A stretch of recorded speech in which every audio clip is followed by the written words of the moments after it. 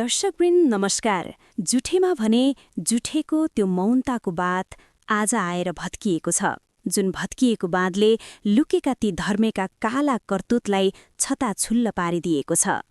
जुनेलीको धर्मेको श्रीमती बन्ने चाहना अनि धर्मेको जिमालको ज्वाइँ बन्ने चाहना पनि चकनाचुर भएको छ। जुन सपना चकनाचुरसँगै गौरीलाई भने न्याय प्राप्त गर्ने सुवर्ण अवसर पनि मिलिरहेको छ। दर्शकवृन्द आउनुहोस्, जुठे रियो 242 को रिभ्यू एपिसोडमा यहाँ माझ विशेष रूपमा चर्चा गरौँ। दर्शकवृन्द हो दर्शकवृन्द, जुठेलाई एउटा कमजोर रूपमा हेरिएको छ, जहाँ कि कथामा जहिले पनि जुठेलाई तल्लो जातको भनेर जात व्यवस्थाका आधारमा कमजोर मान्छे ठानिएको थियो र जुन कमजोरीमाथि खेलेर आफ्ना स्वार्थहरू मात्र पूरा गर्ने प्रयास मात्र भइरहेको थियो, जहाँ त्यस्तै स्वार्थको उसमा धर्मे पर्दछन्, जसले जुठेलाई नभन्न भन्दै पैसा दिँदै गौरीसँगको त्यो अस्वाभाविक सम्बन्ध विस्तार गरेका थिए। तर पनि उनीहरूको सम्बन्ध केही समयका लागि भने निकै व्यापक र लायक पनि थियो।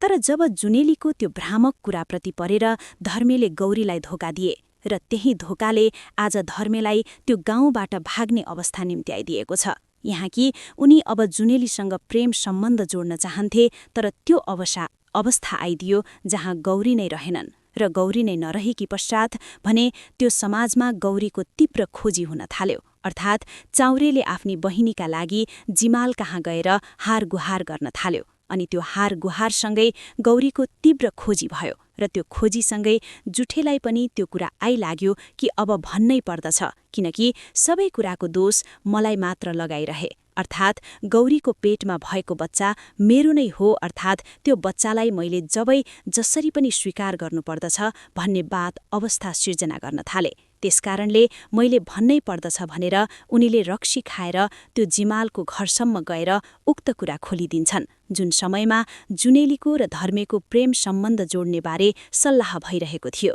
निर्बली पनि ज्यादै खुसी थिइन्, किनकि आफ्नो छोरा अर्थात् आफ्नो दिदीको छोराले जिमालसँग सम्बन्ध जोड्नु कम त सानो कुरा हो र भनेर उनले यति धेरै खुसका साथ जिमालसँग कुराकानी गरिरहेकी थिइन्।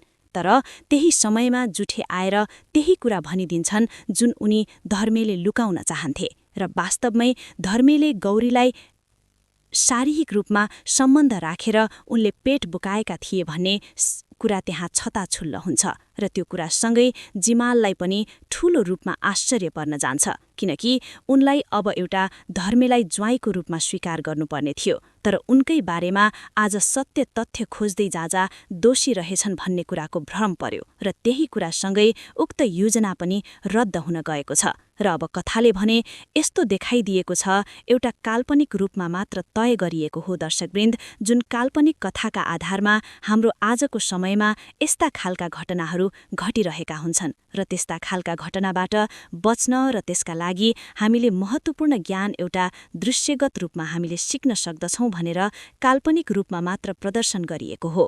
जुठे रियलको काल्पनिक कथाले यस्तो खालको सूचना प्रवाह गर्दछ कि समाजमा यस्ता खालका घटना गहिरो रूपमा रहेका हुन्छन्, अर्थात् ती घटना ती लुकेका हुन्छन् र जसले कसैको जीवन नै ध्वस्त भइसके पश्चात प्रकाष्ट हुन्छन् र त्यसै गरी त्यस्ता खालका घटनाहरूलाई लुकाउनका लागि कस्ता खालका संयन्त्र प्रयोग भएका हुन्छन् भन्ने कुरालाई जोड दिएको हुन्छ। दर्शकवृन्द जहाँ कथामा जुठेलाई पैसा दिएर गरेको शारीरिक सम्बन्ध अनि त्यो प्रेम सम्बन्ध अन्तत आएर एउटा विस्फोटको अवस्थामा पुग्दछ र जुन विस्फोटलाई न हृदयमा शान्ति दिन्छ न त भौतिक शरीरमा मात्र शान्ति दिन्छ। दर्शकवृन्द गौरीको त्यो न्यायका लागि चाउरेको त्यो पीडादायक घटना, जो आफ्ना जिमालसँग कुरा राख्दै गाउँभरि तीव्र खोजी कार्य गरिरहेका हुन्छन्, तर पनि गौरी भेट्न र अन्तत भने गौरी स्वयं आफै आउँछिन् कि अब त्यो अवस्था आइपरेको छ जहाँ जुठेलाई नै दोषी कैद गरिएको छ र गरिँदैछ। त्यसकारणले अब जुठेले पनि पञ्चायतको त्यो समयमा कसम खानुपर्नेछ कि यो कुरा भएकै हो, अर्थात् यो कुरा भएकै होइन भनेर उनले स्पष्ट पारिदिनुपर्नेछ।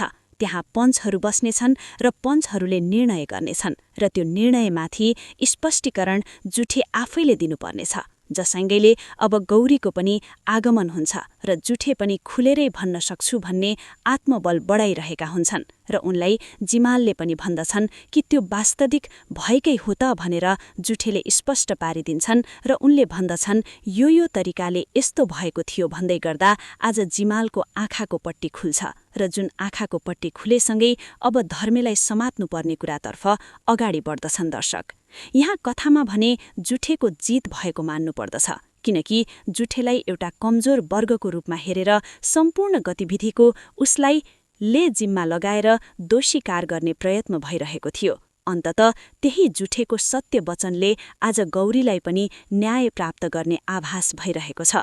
अन्ततः कथामा धर्मे भागेर जान खोज्दै गर्दा यता निर्मली बन्ने चिच्याएर होल्हा चिसाइदिन्छे र त्यो होल्हासँगै जंगलको बाटो लागेका धर्मेकै पाउमा गौरी पर्छिन् र परिसके पश्चात भने अब उनी आश्चर्य भएर उनलाई जसरी नि सम्हाल्नु पर्नेछ कि उहाँ त्यो कथा अनुसार गौरीलाई श्रीमतीको रूपमा धर्मेले स्वीकार गर्नुपर्नेछ। दर्शकवृन्द, पक्कै पनि अब गौरीले न्याय पाउनेछ र जुठेको जित भएको छ दर्शकवृन्द, र यो कुरासँगै जुठेकी आमा पनि धेरै खुश देखिन्छन् कथामा। दर्शक, आजलाई भने हाम्रो रिभ्यू एपिसोड यति नै। हामी अर्को रिभ्यू एपिसोडमा पुनः उपस्थित हुनेछौं। आजलाई भने यति नै। हाम्रो च्यानललाई भने सब्स्क्राइब गरिदिनुहोला, किनकि हामी प्रत्येक नेपाली सिरियलको रिभ्यू एपिसोड लिएर यहाँहरूमाझ उपस्थित हुने गर्दछौं। आजलाई भने यति नै। धन्यवाद।